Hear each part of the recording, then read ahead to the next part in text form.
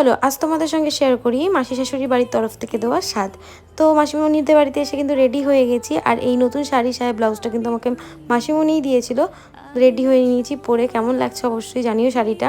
তারপরে কিন্তু এখানে বসিয়ে দিয়েছে আমাকে আশীর্বাদ করার জন্য। আর স্বাদ মানে তো আশীর্বাদ, আর এই সময়টা প্রত্যেকটা মেয়ের প্রয়োজন আশীর্বাদ আর বড়দের অনেক ভালোবাসা। তো তোমরাও সবাই আমাকে আশীর্বাদ করো আর অনেক ভালোবাসা দিও। তো এখানে আমার প্রিয় রান্না হয়েছিল, সব কিছু আমার প্রিয় খাবার রান্না হয়েছিল। তো এখানে না আমার প্রিয় হচ্ছে কুলি পিঠে, দুধ পুলি। তো সেটাই কিন্তু মাসিমণি আমাকে খাইয়ে দিল।